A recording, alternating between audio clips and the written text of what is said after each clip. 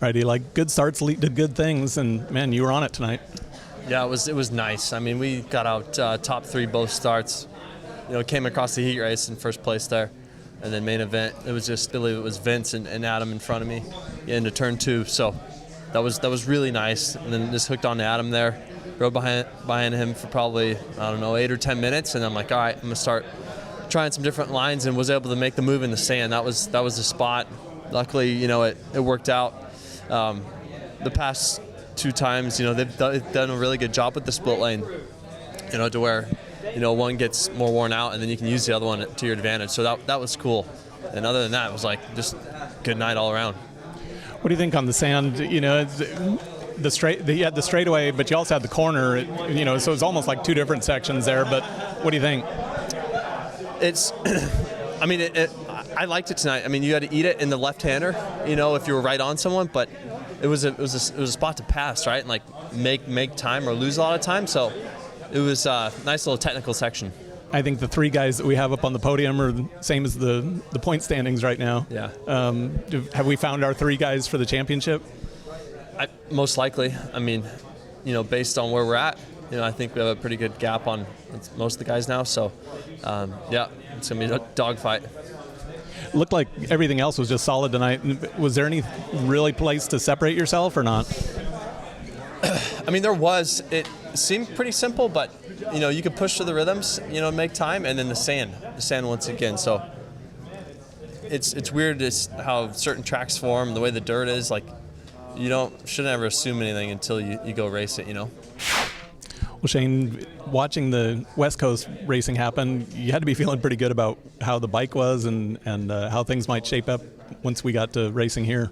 Yeah, even at A1, the team guys were asking me, well, that's got to make you feel good, huh? After they went 1 and 2, and it's like, yeah, let's go. But at the same time, it's like, I got to do it. So there's a lot of pressure, really, from myself, and it's crunch time for me in my career. And this is a step of faith that we took to come to this team and really not hold anything back. I mean, this is what we have to do, and it's time to take it and run with it. So that's what we're going to keep working on, and I'm ready to go. I know early on, I think probably the first time that you had the points lead, I asked you, what's it going to be like having that pressure now? And I think at the time the answer was, it'll be all right. Yeah. Did it shape out that way, or was it harder than you thought it would be? Honestly, now this is my 7th year racing Supercross, and it's something that you work for, but I think that is a reward of doing everything else correctly. And so that's really been our focus, is let's take things one step at a time. It's like, it doesn't matter. Like, I can't come to the race thinking about winning the main event. It's like I got to come to the race ready to qualify, ready to learn the track quick and take things one step at a time, like not just one race at a time, but one lap at a time, one session at a time. And for me, that's huge because I always have a high standard for myself, and I've actually missed some steps in the past. So I'm trying to take things one step at a time, and the team's really being good about that and really walking with me through it. So I'm just excited. Let's keep going. Back then, it almost seemed like a burden, and now it's more like, I got this. Yeah, like I said, it is a reward of doing what I was supposed to do, and that's my goal, is to go out and do what I'm supposed to do. I mean, I almost had a perfect day today. I qualified second in the last practice by like less than a tenth, and I've never qualified. I've qualified first one time in Supercross, and outside of that, I've never had the consistency overall on a day that I had like today. So it's really comforting knowing that, all right, what we're doing is working, but let's keep going, let's keep working, let's keep building, and control what we can control. It was a little odd in that first practice session when you spin out in the first turn. You got to be going, oh man, come on. Yeah, it was. Dude, the track is slippery. Like, you don't realize it, but on top, it's like, dude, if you're not easy on your throttle, it's like you don't really know what's under there. It looks good. Same with the sand. Like on the first lap of the heat, first lap of the sight lap, or the sight lap of the main, you're like, oh, the sand looks good, but dude, it's like deep when you go through there. You got to keep your front end light. So the track was, I feel like it was a really mental track because it was technical. It was tough. It was layout-wise, it was pretty basic, but just the way it broke down made it really technical, and you really had to focus. Keep the flow going. Keep the flow going, one step at a time. I remember last time we came here, man, it was going to be one of those nights, except for maybe a little wheel tap between you and Marvin. Yeah, no, it should have been one of those nights, really. But I was kind of thinking back on that tonight, after I was done with the night, and because I wasn't feeling that great today, I was really feeling kind of, kind of sketchy. I wasn't getting everything done as sharp and as easy as I thought I could have. So it was kind of one of those days where I was all the way until the main event, I was really doubting myself here. The track was easy, and it was kind of, everybody did kind of the same thing, and I'm not a fan of that. I want to be special. I want to do weird stuff, and it just wasn't lending itself to me. And but you know what? I was thinking about this race 2 years ago, and I was thinking we could have won, whatever, coulda, shoulda, woulda. My mistake. Threw it away. Ended up 6th. And I was thinking as I was in 5th, 4th, I'm like, this might not be spectacular, but this is a massive improvement. I mean, this is even better than my so-called best race. And it was totally in my control. Totally, I know how to do it again. That's so cool to me. I know what I did tonight that's good. And I feel like I'll just give you a little thing. The Klitschko brothers, the heavyweight boxers from Europe. They had a trainer. They have the same trainer. Vitaly, it's an older brother. He said, Vitaly's made out of stone.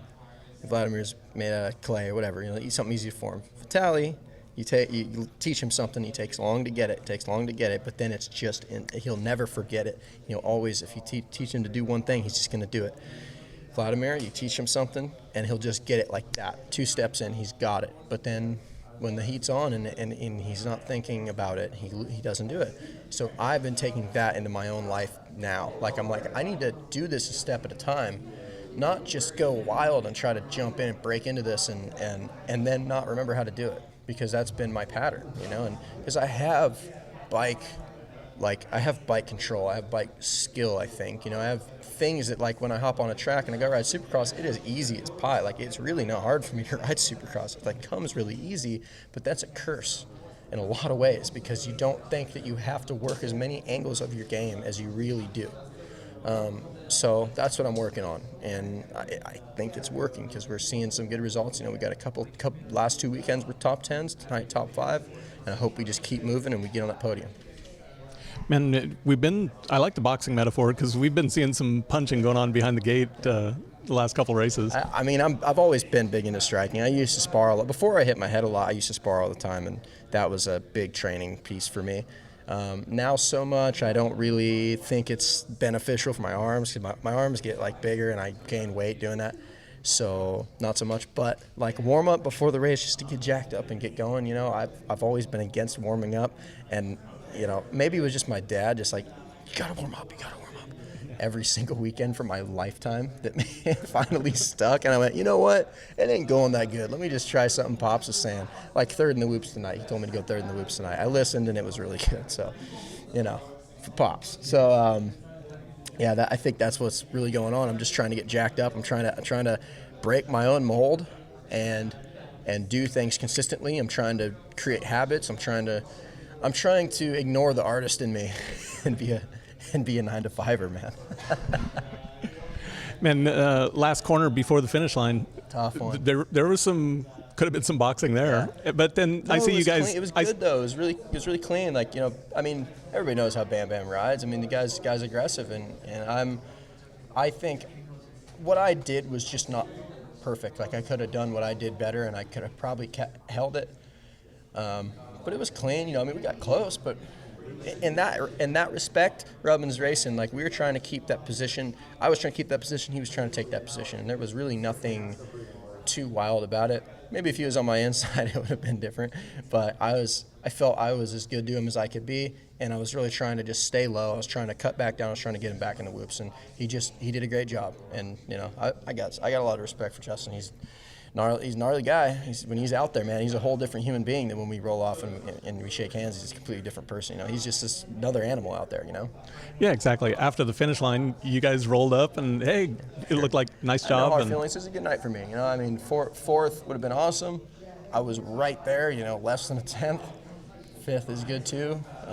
Like I said, it's building blocks. I'm not going to get too bummed or overwhelmed or any of that. You know, like even with the fifth, I'm like, that was good. Okay, let's go home. Let's work. Let's keep working. Like it was. My next thing wasn't like, let's go. Like, you know, party. Like, I mean, that's none of that is what I'm into. And right now, I feel this great progression with my sport. And I'm really feeling it. I'm really feeling like I can turn this around even more in podium, and I need that 450 podium, but I'm not going to sacrifice it for I'm not going to sacrifice my good, clean, prosperous 17 rounds for a risky podium. I'm just not going to do it. I'm going to stay in my lane and keep doing what I'm doing and know how to do it again. One last one. Big bro out there on the track this weekend. How was that? I love it. I love that he's back. We were getting each other all hyped up on the line and pushing each other around and just like, you know, Josh is a completely different human being right now than he's ever been. He's a better person, and I'm proud of him for 30 other reasons than what he's doing right now. And what he's doing right now is great. I mean, he just had an absolute just dog-dad last start, and he made his way up to, I think he got 12th or 13th, and it was a good ride. I mean, he just charged. These kids are fast, and you know, he's in shape, and he's doing everything that I want as his brother to see him doing, whether he's racing or not. And him racing and being a badass right now is just icing on the cake for me. And I think he's going to be a top 5 guy next weekend. And I think he can podium. I think he can win. It's just a matter of time for him too, because he's taking a look at those little things too. You know, I'm learning. I used to learn what not to do from Josh, and now I'm learning what to do from Josh. And it's a neat transition for me, and I'm proud of him. Really am. We'll see you next week in Arlington. Alrighty.